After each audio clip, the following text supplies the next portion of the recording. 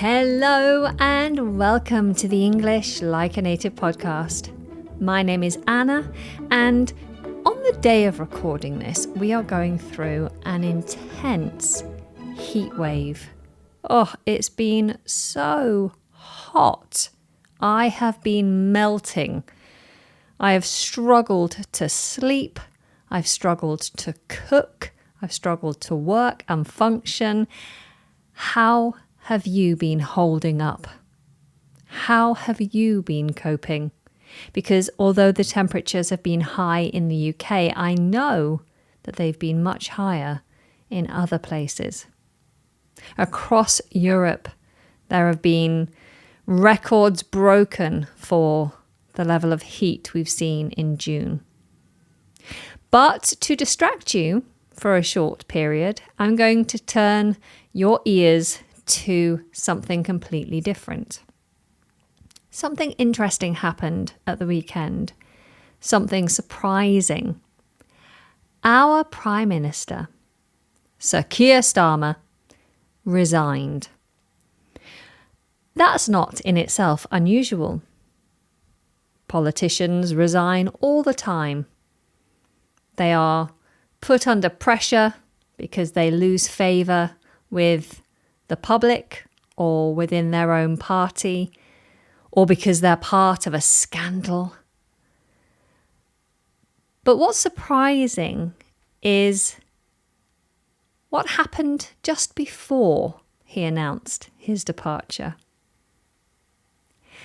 And this is going to help me to share with you some interesting phrases, which is the whole point of the podcast. I want to entertain you and motivate you, but mostly I just want to introduce you to lots of useful English vocabulary. If you'd like to get access to the transcript of this podcast and to additional learning resources around the podcast, then you can by becoming a Podcast Plus member. I'll put my teeth in to say that. Okay, so what exactly happened? Well, on Sunday, the 21st of June, after lots of speculation about what's going to happen, is our Prime Minister going to step down or not? There was all this speculation, and we knew that the news would come out on Monday because all the pressure had been building on Starmer. So with all the scrutiny, the pressure, and then the speculation, we knew that he would probably step down on Monday. But we were all waiting patiently to find out what he would do. But on Sunday, the 21st of June, Donald Trump, the President of the United States of America, posted on Truth Social about Keir Starmer. And according to the news, he wrote, "Starmer will resign as Prime Minister of the United Kingdom." He then also criticised him over immigration and his energy policy. And he added at the end, "I wish him well."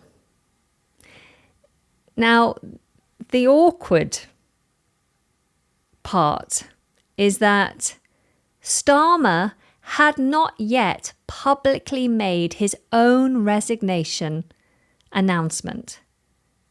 He hadn't made it public, even though there was speculation. We weren't surprised by the news, but we were surprised by the poor etiquette. Donald Trump had jumped the gun.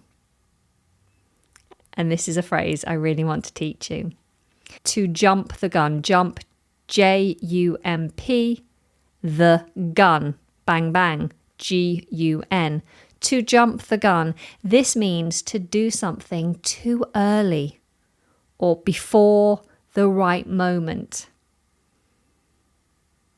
And this is the perfect political example of someone jumping the gun. I mean, I feel sorry for Keir Starmer. You can imagine him over the weekend He's under enormous political pressure. The rumours are swirling around Westminster. Journalists are hovering. They've set up camp outside Downing Street, waiting for this moment. Commentators are all analysing every facial expression, every word that comes out of Starmer's mouth, every message that gets sent. He's prepared a very serious, dignified statement.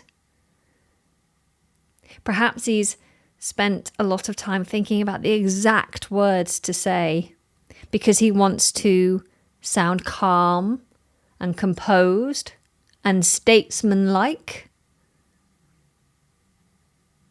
But then, before he can open his mouth and deliver his speech, across the Atlantic, across the pond, as we say, Donald Trump pops up online and says, he's off. He's resigning. I mean, it's probably not the dignified handover that Keir Starmer was expecting. It's like preparing to announce your engagement at a family dinner, only to have your very loud auntie walk in and shout, "Show us your ring then." Or maybe you're planning to tell your colleagues that you're leaving your job. But then someone in the office shouts, "Hey, so when's your leaving party?" They got there first. They've beaten you to it. They've let the cat out of the bag, you might say. They've jumped the gun.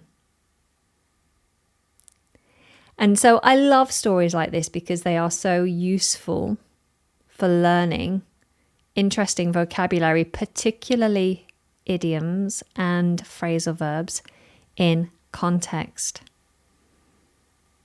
So we have the word resign.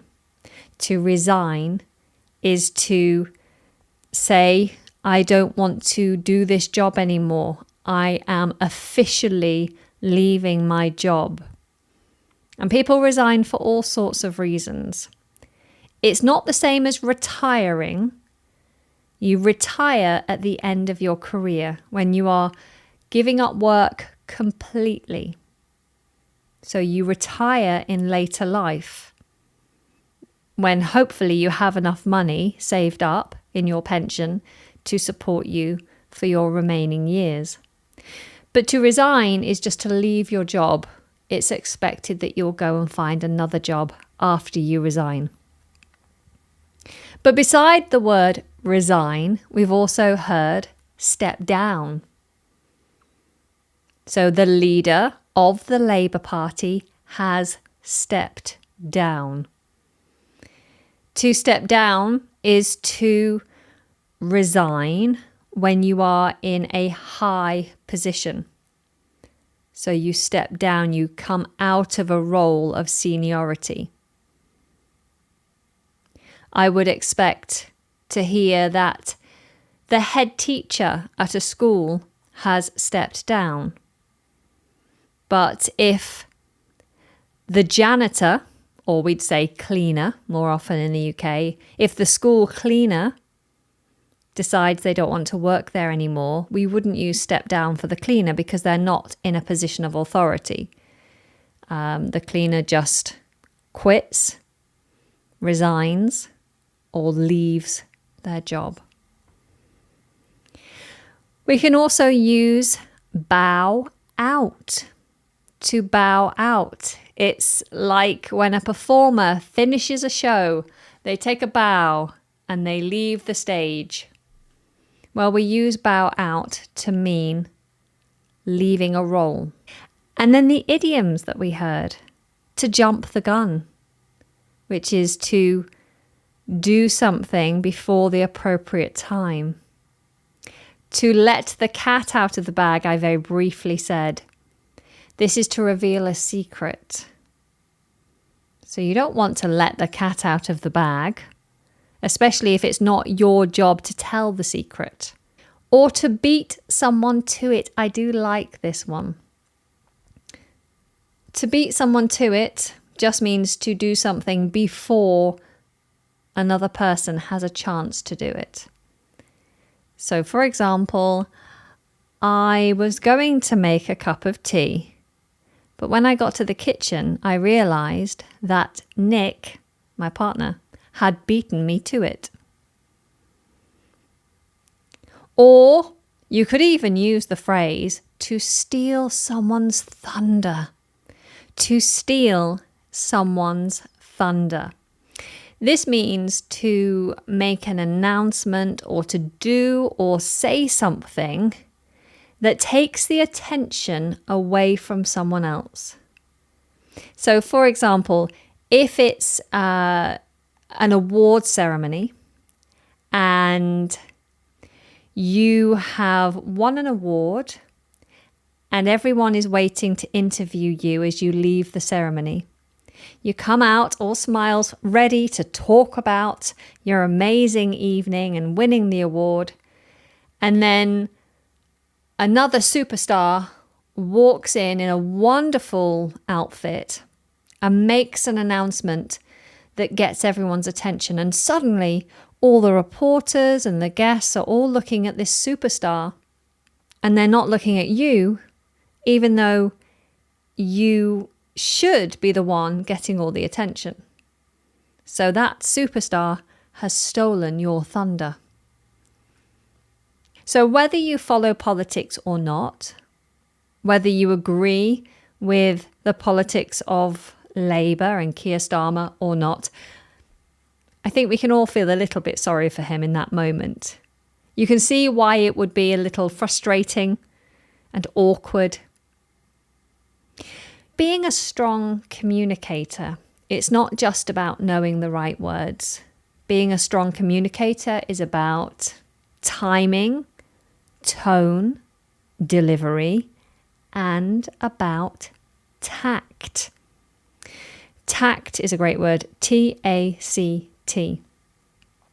Tact means knowing how to say the right thing at the right time and in the right way, especially when it's a delicate situation.